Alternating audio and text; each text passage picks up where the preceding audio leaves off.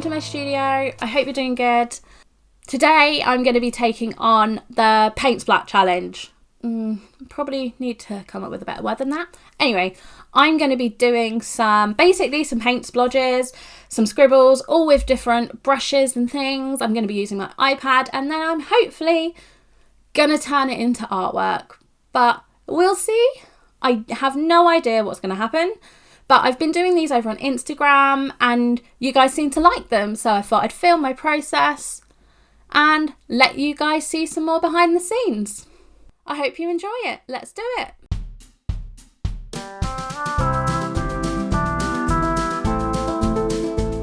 So first things first, yes, my daughter is with me. I work from home, and the minute you get paint out around children, they just appear. So I decided just to go with it. So here, literally, I just started with a blank canvas and some paints that I had hanging around left over from another project. They're not cheap paints, but they're not expensive paints either. They're kind of mid-range, ones I used to use at uni. So I thought, as we were basically splatting paint on a canvas, that it would be really good just to start with anything that I had, like a really nice way of using up odds and ends of paints and creating some artwork.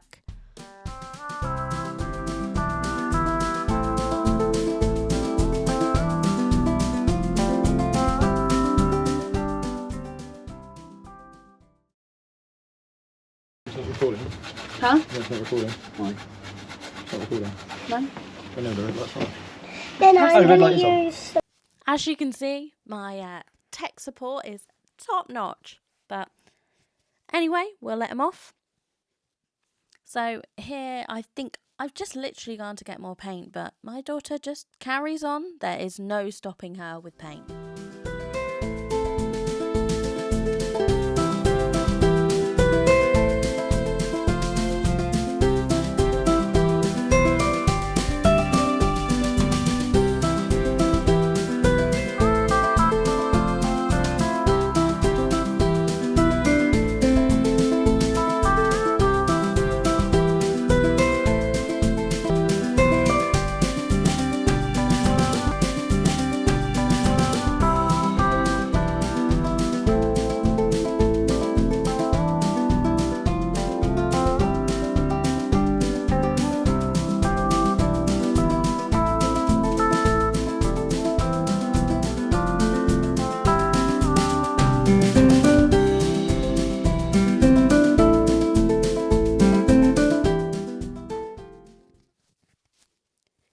We actually got to the point where I thought we were finished.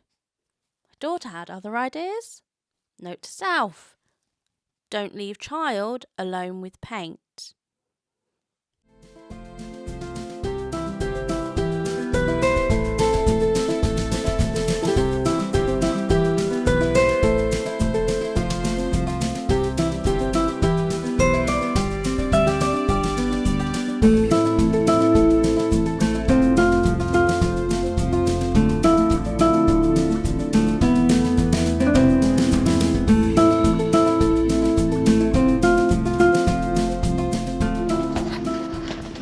So we're going to have to turn this into something. I don't know what I can see.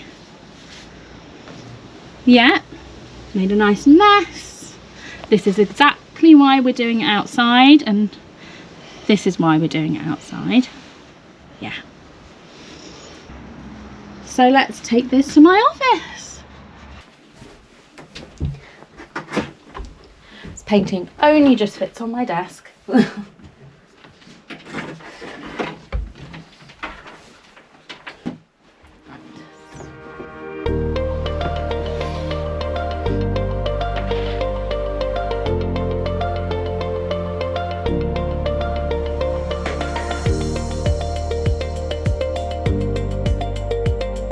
I always do a colour off before I start working, which is basically just splodging colours roughly where they kind of are going to end up. This I did find quite tricky though, because with the paint splat already, you've got quite a lot of it dictated to like what colour's going to be where, because I do want to see the paint splat. I want it to be the main part of the final image.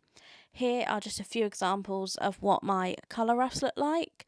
So some of them are squigglier than others, but you can really get the gist of where I'm trying to go. It just means when it comes to actually colouring up the artwork, I can keep referring back to it. It just makes things so much easier. Sometimes clients also request these so they can see where you're going with the piece of artwork, and they may want to have some sort of input. So they are basically just really good to have.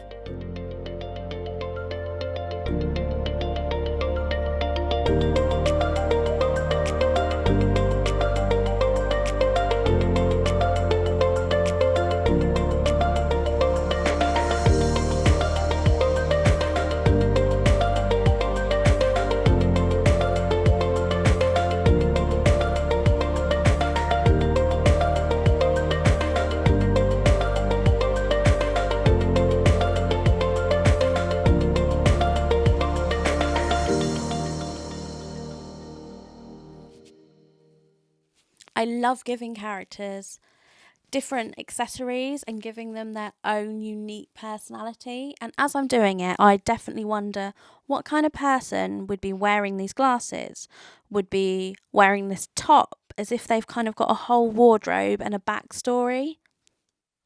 It really helps with character development. When you're using characters multiple times in multiple scenes, they're often needed to do different things. And it's just really nice to add in all the different touches and what they like and what they don't like.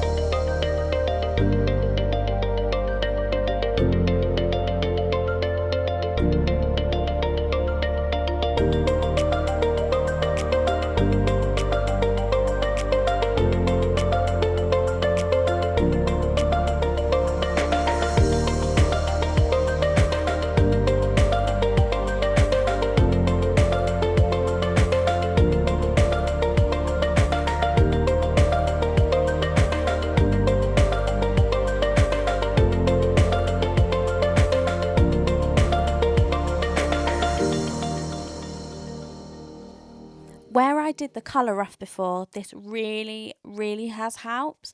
Like adding in all the little touches and colours of the pots and the little things around the scene and the table.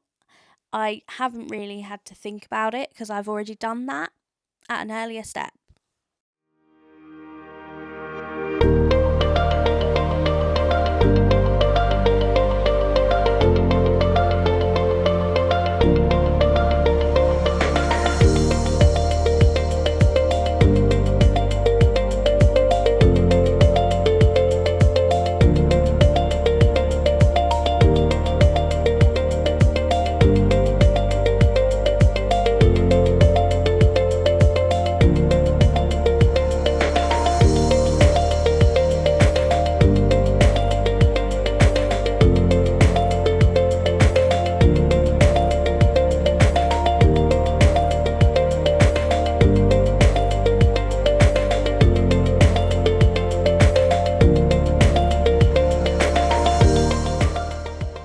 Now it's time for me to start on the background of the illustration.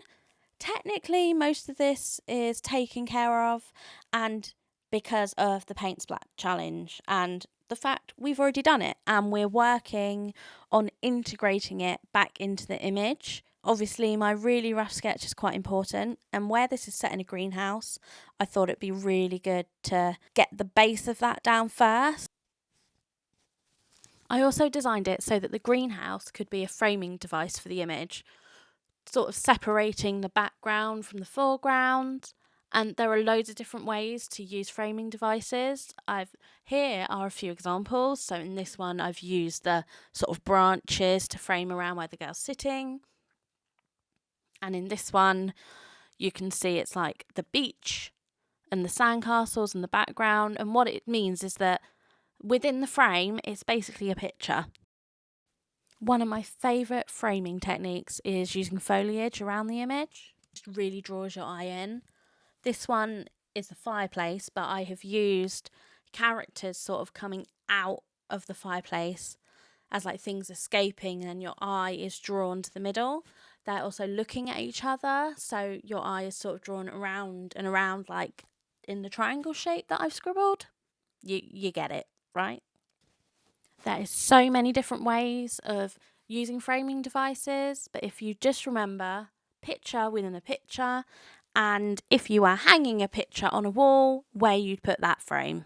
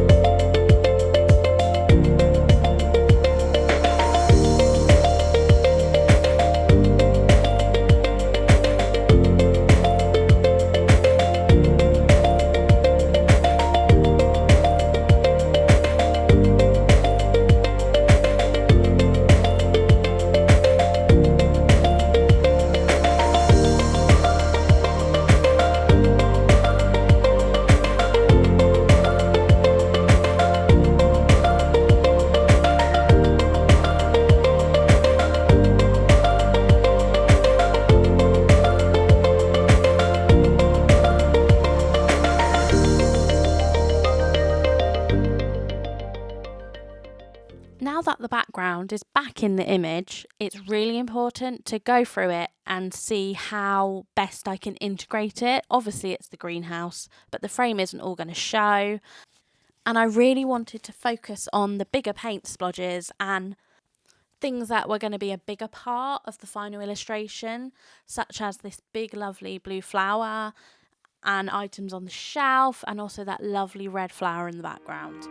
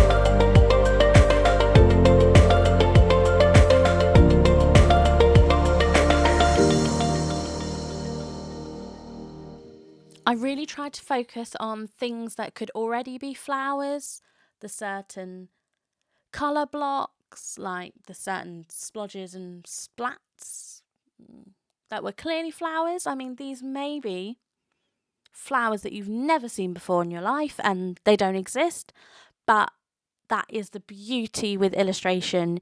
There are no rules. You really can create what you like. And with a flower, if you're basically implying something's a flower, just give it a stem and maybe a leaf, and it's a flower.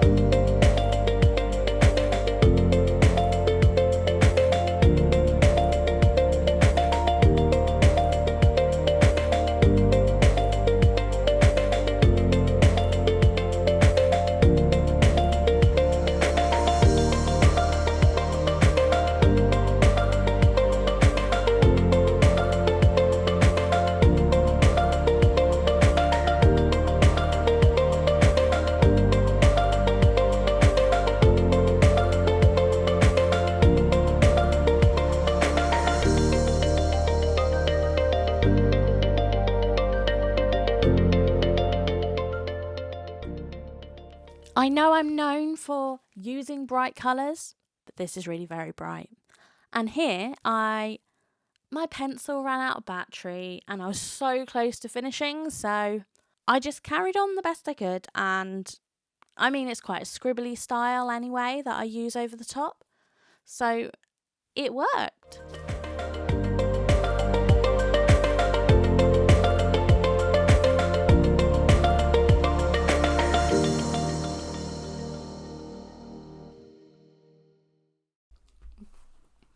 Thanks so much for watching. I really enjoyed this video.